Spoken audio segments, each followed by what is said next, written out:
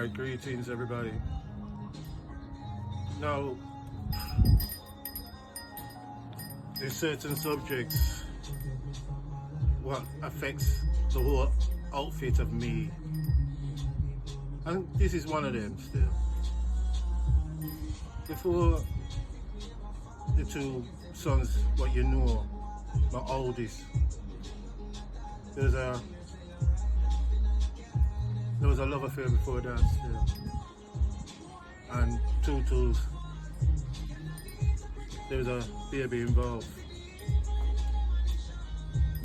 which I did hear, but I never take it in because it's really, I was young, you know. I'm not even sure me touch 16 properly. Anyway, we used to go Coventry when we were youth, and I had a 2-pence bus fare thing, and you can go anywhere in the Midlands. It's a good time. Anyway, during them sequence there,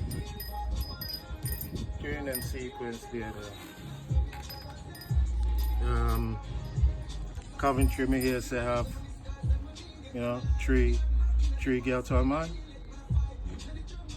I'm gonna say, yeah, but what my youth now, you know, so. That was like 76, 77. So I'm really young, so anyway, forget that season there. So it's always been on my mind, like Coventry with this 3-1 thing. So you can't make a vision like say, oh, girlfriend, mothering, and grandmother, you know. We don't know how to flex, but that can flex. Rudish thoughts. Anyway, me go Coventry more times still. I'm a young youth still, and we catch a girl, and she balanced up here, and call her, she never named Leslie. I have to put it in still, because right about now I talk a certain time, because there's no meeting after this. When this season done, that was the end of it, and there was a child involved. And I too young. She was older than me, I'm sure she's older than me still. And I just can't remember her face. I used to say like Leslie and Cherry, you know, because she drink Cherry B. Anyway, after a season, she come tell me she pregnant for her. But Coventry did have a kind of a saying where like say who you going with. So right about now, me think say she could be flexible in multitudes, you know. I don't want to diss that program, but anyway, I don't know how I try and diss or calm this issue.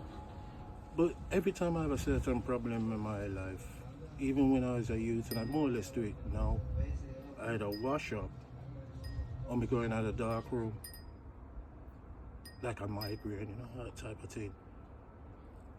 Anyway, up in the attic, I do for show you a clips of it still. There's a section where it's like a walk-in closet still. Anyway, I go in there and rest up and gather my thoughts. But I made a blunder, you know. Even though I was going out with her for a good little while still, I introduced her to my kind of over spirit of work in my head. Go in a dark room, so I call her and say, come in here and everything. So I don't know, it's an English girl still, so she must have think I try to lock it up. Well, it wasn't that, it's just the way I do things like how me I talk to you know. I want to do it in the darkness. So it's the channeling's kind of straight, you know what I mean? I don't know how I get that flex. So when I think about it, how I'll never see her afterwards, that room kind of plays in my mind that she couldn't handle it. I must have frightened her still. Cause when I did go in at the other program, I got Coventry, I looked for the same park, Walsgrave Park. She lived around there so anyway. And I went up there for say, see our folks, I suppose. Anyway, Tutu's, I waited and I waited. And she'll ever come.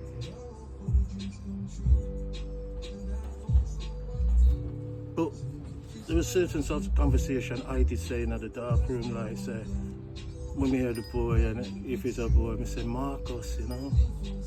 Because when I was at school now, it's only Marcus Garvey I know, and Marco Polo, but Marcus Garvey, because a black teacher told I about it, and the inspiration of words must be in me from this, because when I find out she called out the name Marcus, so my son is named Marcus, I had no doubt of mine. God, why would she do that? God, right about now, when I did talking at the darkest room, it was like, say, the inspiration of certain words of me and what I portray and how I would like my generation to raise upstairs. So Marcus was a strong thing, Scarvy. Now, Michael get born.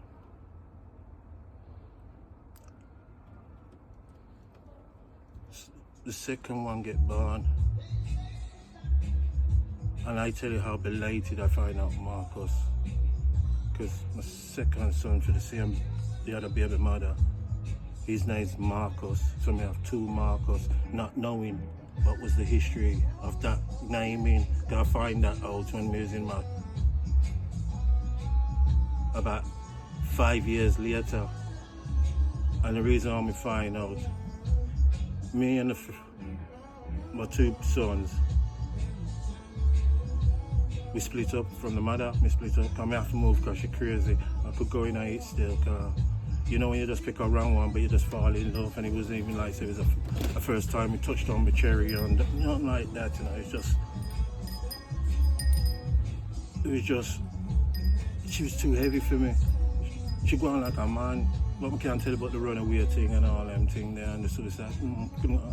On her side, and she like say take it as poppy, but now there's no program, but me have to flow the program. So me living on a babysit, a bed fit, and tutus now, I kinda rode a little shoe bean, you know, so I can just crown and anchor and a little bit. Me get a dust, pool table, me fling it in still. I mean, I try to run 2 change at the George Eliot Road in a commentary. Anyway, in the quiet, so you do them kind of works there at night time, you know what I mean? There? But so in the daytime, I kind of rest up in the place there, I mean, I sleep and tutus now. I see a flex of a woman coming and when me look at the first baby mother, well, the boy's mother, and she come with chili pepper and a hammer ready for kill her. I'm going, what, and she fling out the chili pepper and start. And I said, what the fuck is going on? Crazy bitch. Anyway, I kind of twist it up and hold it. And trust me, I have to protect myself. And tutus now. I said, what the fuck is your problem? She said, you don't know. No, tell me, what the fuck you doing with the craziness, girl? You know you had a fucking son before. His name is Marcus.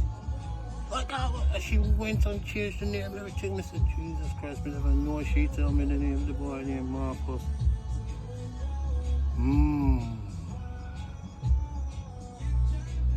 I never know.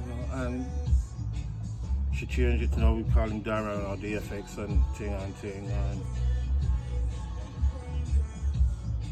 you know when you know but you just don't know. Every episode is an episode. Me and Sam now, we have grandchildren to that side there and thing, and never see the person still. All her name change up and married off and all them thing there. And, you know, I'm just glad I'm not in a jailhouse to think about them thing there, you know, that free spirit and free thought, and I just look on the edges of life, you know. Little tremble, I said. I just say, no knife involved or anything, and when we put it in, it's got well and truly the program of any craziness.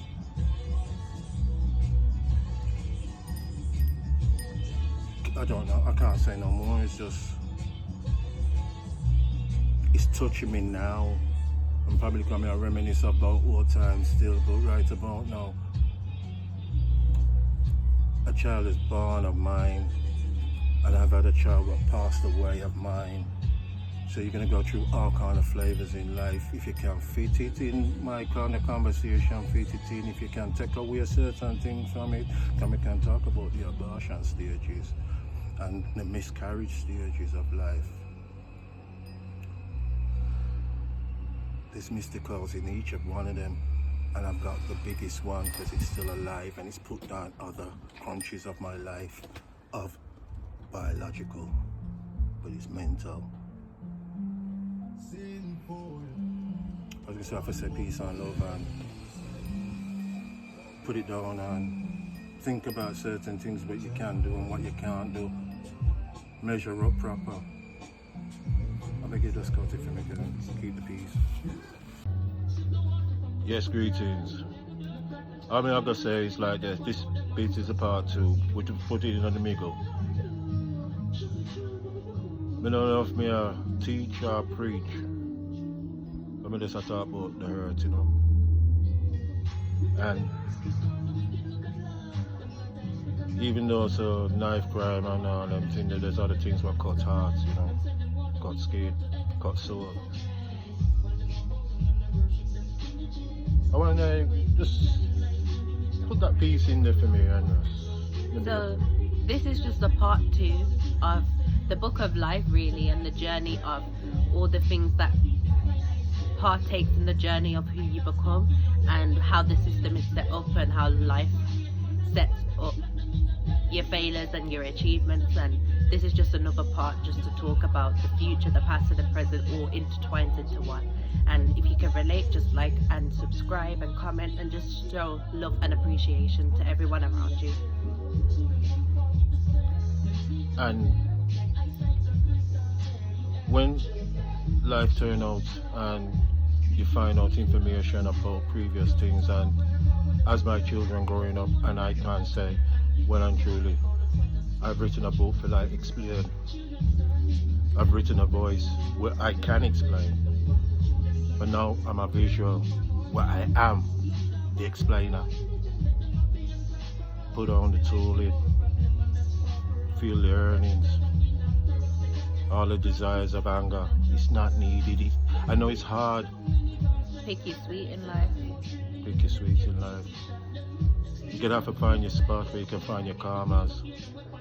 You know, cause anger is a foolish thing, but it's a regular thing, so you're regular foolish.